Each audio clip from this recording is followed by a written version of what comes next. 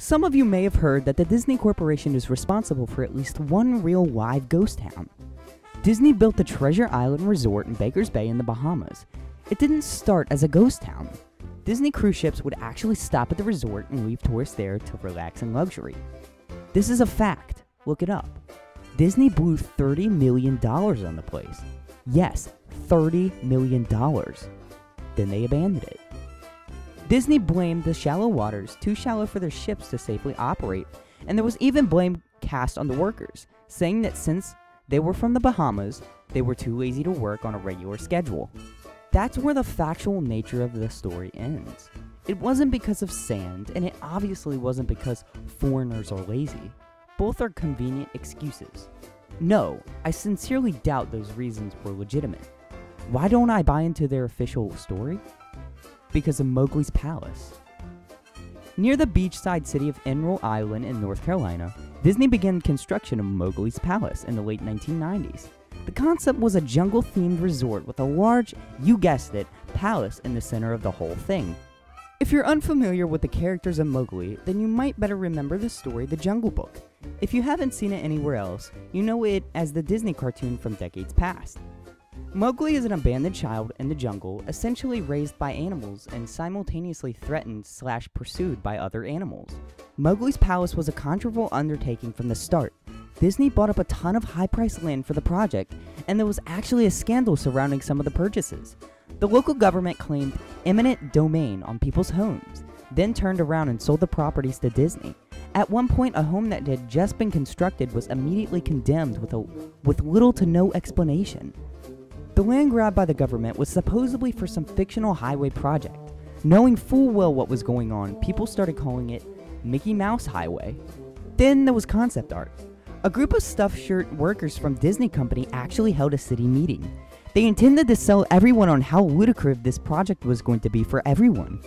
When they showed the concept art, this gigantic Indian palace surrounded by jungle, staffed with men and women in loincloth and tribal gear, well, suffice to say, everyone flipped their shit.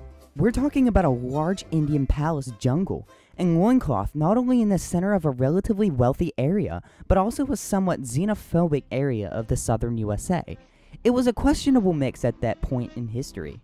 One member of the crowd tried to storm the stage, but he was quickly subdued by security after he managed to break one of the presentation boards over his knee. Disney took the community and essentially broke it over its knee as well. The houses were razed, the land was cleared, and there wasn't a damn thing anyone could do or say about it. Local TV and newspapers were against the resort at the beginning, but some insane connection between Disney's media holding and the local venues came into play and their opinions turned on a dime. So anyway, Treasure Island, the Bahamas. Disney sunk those millions in and then split.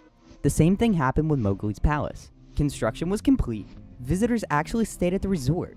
The surrounding communities were flooded with traffic and the usual annoyances with the influx of lost and irate tourists.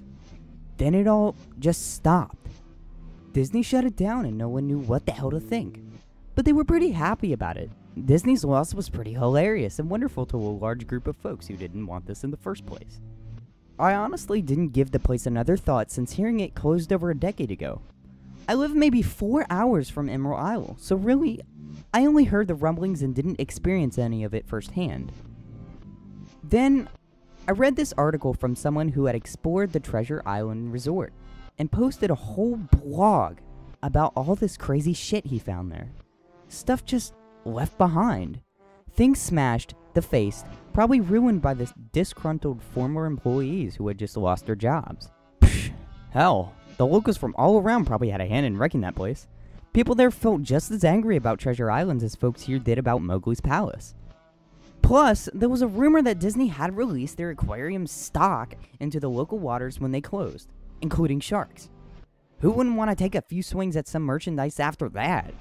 Well, what I'm getting at is that this blog about Treasure Island got me thinking.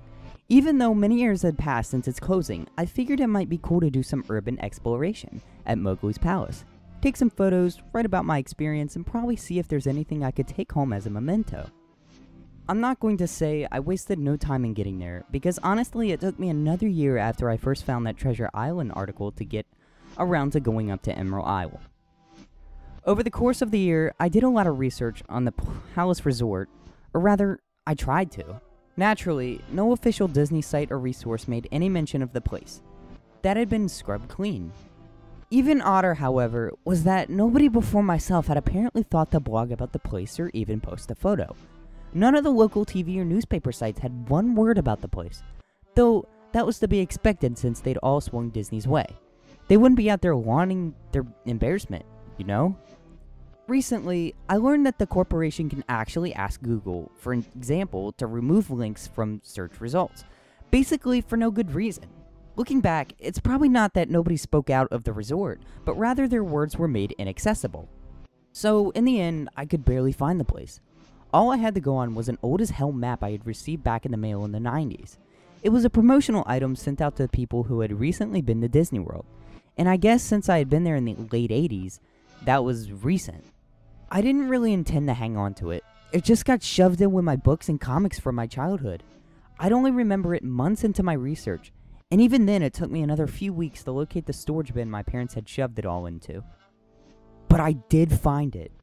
Locals were no help, as most were transplants who had moved to the beach in recent years, or old residents who would just sneer at me and made rude gestures the second I managed to say, "Where would I find Mowgli's?" The drive took me through an inordinately long corridor of overgrowth, tropical plants that had run rampant and overpopulated the area mixed with the native species of flora that actually belonged there and had tried to reclaim the land. I was in awe when I reached the front gates of the resort. Tremendous monolithic wooden gates whose supports to either side looked like they must have been cut from giant sequoias.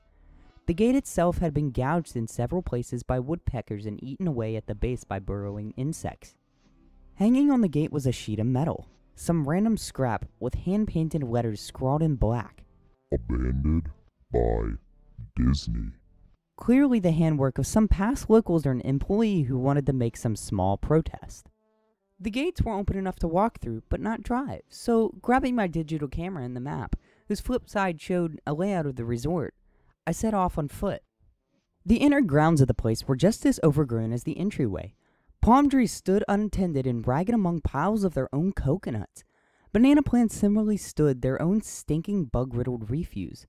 There was this sort of clash between order and chaos, as carefully planted rows of perennial flowers mixed with obnoxious tall weeds and stinking blackened mushrooms. All that remained of any outdoor structure was broken, rotting wood, and various charred bits of unidentifiable material. What was most likely an information booth or an outdoor bar was now simply a pile of assorted derbies chopped up by past vandalism and ravaged by weather. The most interesting thing on the grounds was a statue of Baloo, the friendly bear from the Jungle Book, which stood in a sort of courtyard in front of the main building. He was frozen in a jovial wave towards no one, staring in an empty space with a silly, toothy grin as bird shit covered the whole swaths of his fur and vines ensnarled his platform. I approached the main building, the palace, only to find the outside of the building covered in graffiti where the original paint had been peeled and chipped away. The front doors weren't just open, they had been taken off their hinges and were stolen. Above the front doors, or the gaping maw where they had been, someone had once again painted, Abandoned by Disney. I wish I could tell you about all the awesome stuff I saw inside the palace. Forgotten statues, abandoned cash registers, a full-fledged secret society of homeless bums. But no. The inside of the building was so stark, so bare, that I actually think people had stolen the moldings off the walls. Anything that was too big to steal, counters, desks, giant fake trees, they were all resting amid this empty, echo chamber that amplified my every step like a slow rat-a-tat of a machine gun. I checked the floor plan and headed to all the locations that might seem in any way interesting. The kitchen was what, as you'd imagine, an industrial food prep area with all the appliances and space. No expenses spared. Every glass surface was broken, every door knocked off its hinges, every metal surface kicked and dented. The entire place smelled like very old piss. The huge freezer, not even remotely cool now, had row upon row of empty shelf space. Hooks hung from the ceiling, probably for hanging cuts of meat, and as I stood inside the monnery, I noticed that they were swinging.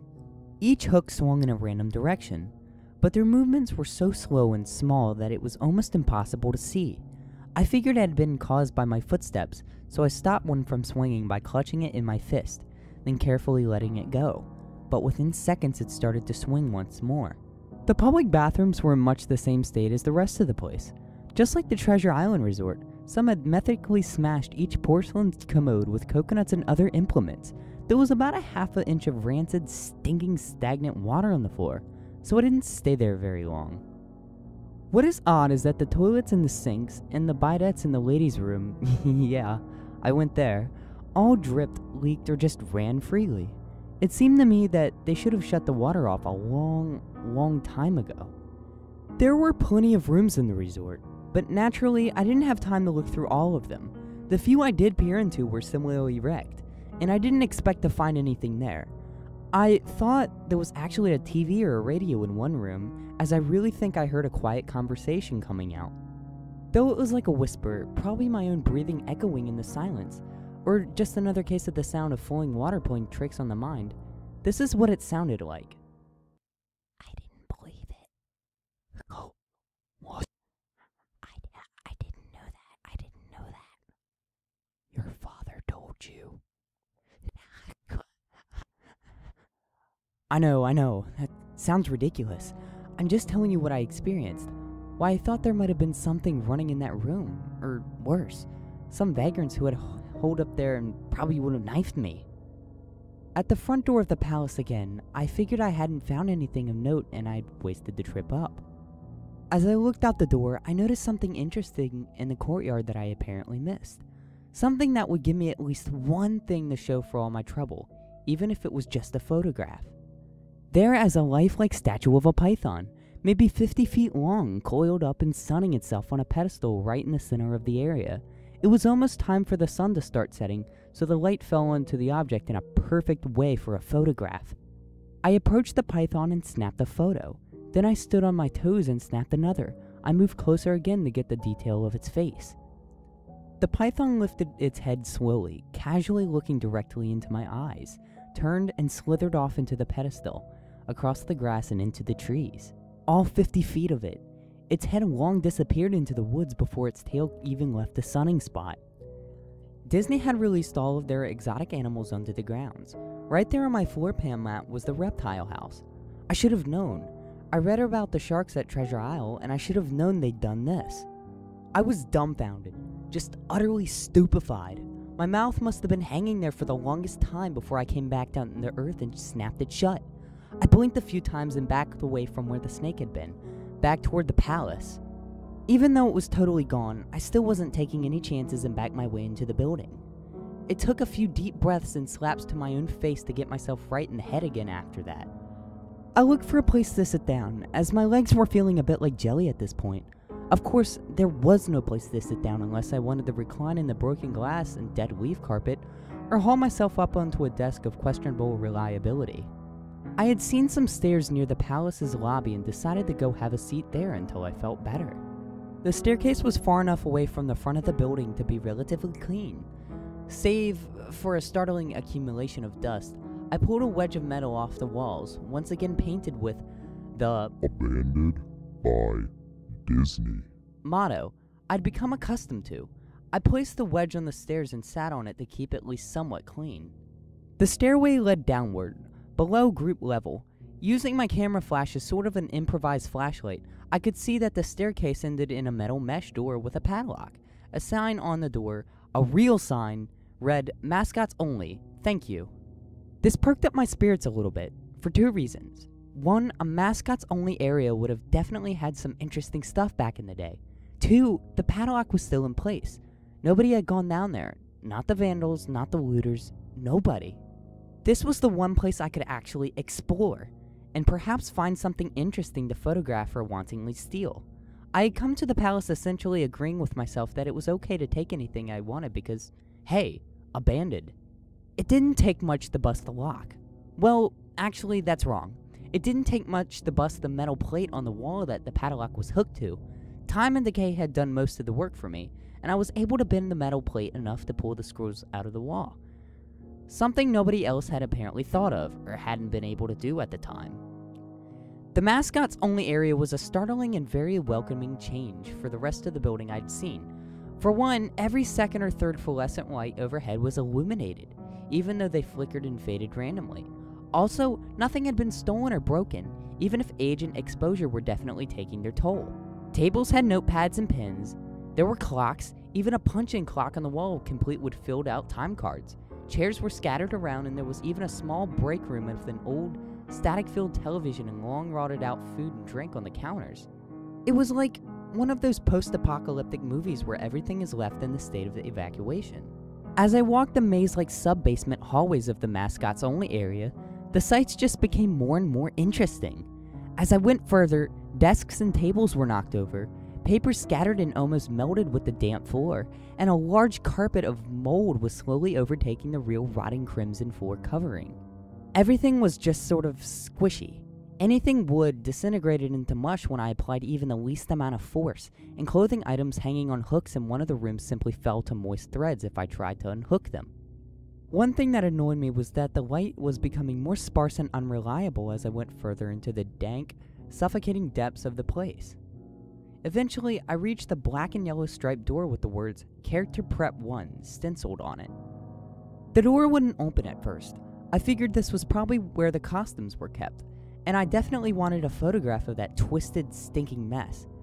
Try as I might, whatever angle or trick I tried, the door wouldn't budge. That is, until I gave up and started to walk away. That was when there was a slight popping sound and the door creaked open slowly. Inside, the room was completely dark, pitch black. I used the camera flash to look for a light switch on the wall by the door, but there was nothing.